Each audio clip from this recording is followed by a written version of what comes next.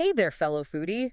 Ready to unlock some secrets behind a truly amazing chicken curry?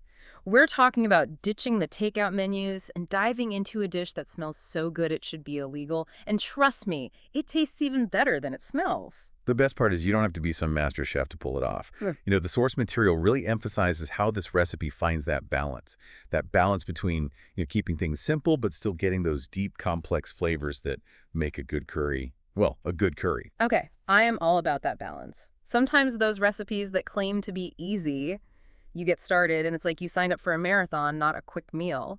What makes this recipe different? Honestly, it's about building the flavor strategically every step of the way, like a culinary symphony. And it all starts with those slow, caramelized onions. They're the unsung heroes of so many amazing dishes. Okay, I'm listening. I'll admit I have totally been guilty of rushing the onion cooking process.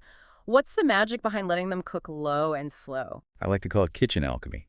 When you caramelize onions, what you're doing is breaking down their natural sugars.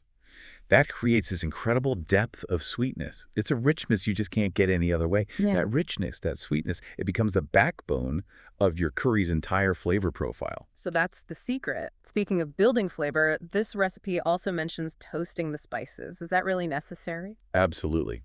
Think of it like this. Toasting the spices is like waking them up from a nap.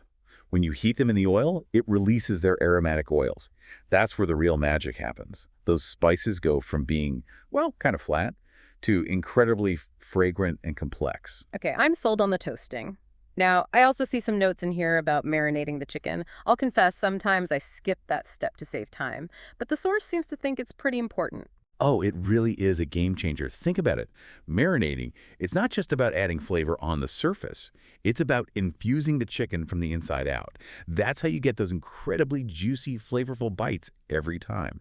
Plus, a little yogurt in the marinade helps to tenderize the chicken so it practically melts in your mouth. All right, you've convinced me. No more skipping the marinade. Now, looking at all these ingredients, we've got a solid base, but there are also some optional add-ins listed. Is that where things get really customizable? Exactly. This recipe is like a choose-your-own-adventure for your taste buds. Yeah. Want a creamier curry? A dollop of plain yogurt towards the end will do the trick. Craving some extra heat? Go ahead, toss in some fresh chilies, or even a pinch more chili powder. You're in control. Okay, I am loving how customizable this is. It's like this recipe is giving me the tools to be my own curry maestro. But let's get back to the cooking process for a sec. We've got this incredible flavor base going. What's next? Time for the chicken to make its grand entrance. You bet. And this is where that marinade we talked about really gets to shine. The recipe suggests browning the chicken lightly at this stage, which does more than just cook it through. Oh, what else does it do?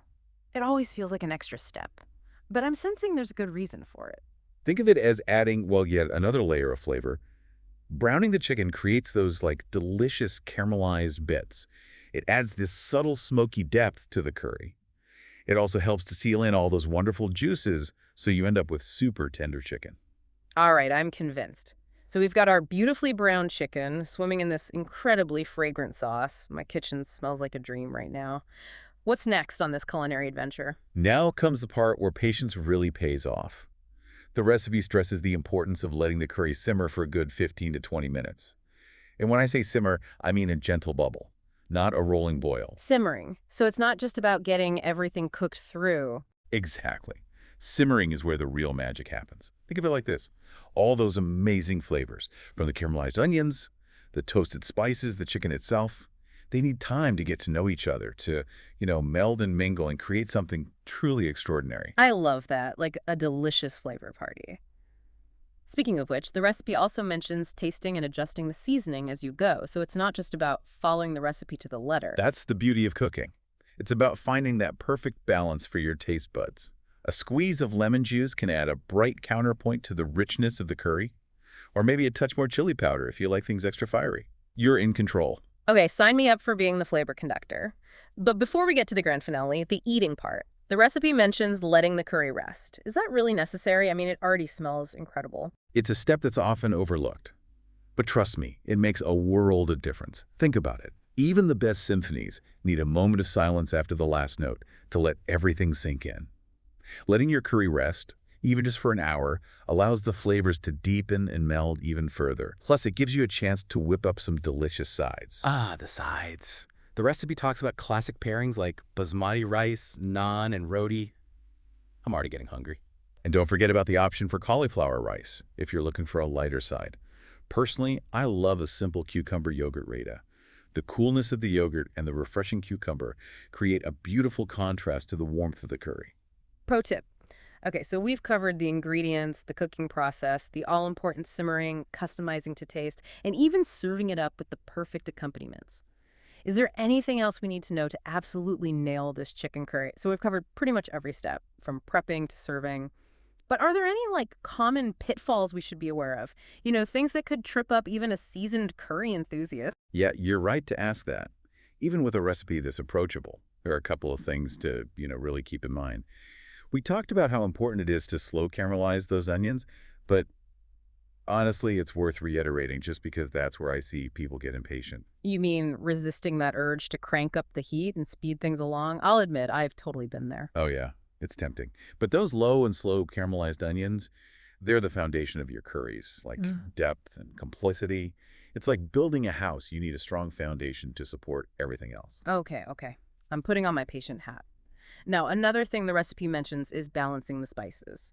And for someone like me who loves a bit of heat, that can be kind of tricky. It really is about finding that sweet spot for your palate. Hmm. And remember, you can always add more spice. It's way harder to dial it back if if you go overboard at the beginning. Okay, so let's say I get a little carried away with the chili powder. Any advice on how to salvage a curry that's a bit too fiery? Asking for a friend, of course. Listen, I've got you. A splash of coconut milk or even a dollop of plain yogurt can work wonders to mellow out that heat without sacrificing any of the delicious flavor. It's like a magic trick. These are such great tips. It's amazing how even the smallest details can make such a difference in the final dish. This whole deep dive has been incredible. We started with a craving for some amazing chicken curry, and now I feel like, I don't know, I could write a cookbook on it. And that's what I love about cooking. It's a journey. You start with a recipe, but then you get to make it your own. Experiment a little, maybe even invent something new along the way. That's a perfect note to end on. So for our listeners who are feeling inspired and ready to embark on their own chicken curry adventure, what's one final thought you'd leave them with? Just remember those principles we talked about today. Building those layers of flavor, understanding the how and the why behind those amazing aromas, and most importantly, not being afraid to experiment, to trust your instincts in the kitchen. And now take those principles and see how you can apply them to other dishes you love. What could you transform with a touch of that slow caramelized magic? Or elevate with the power of perfectly coasted spices? The possibilities are, well, they're pretty much endless.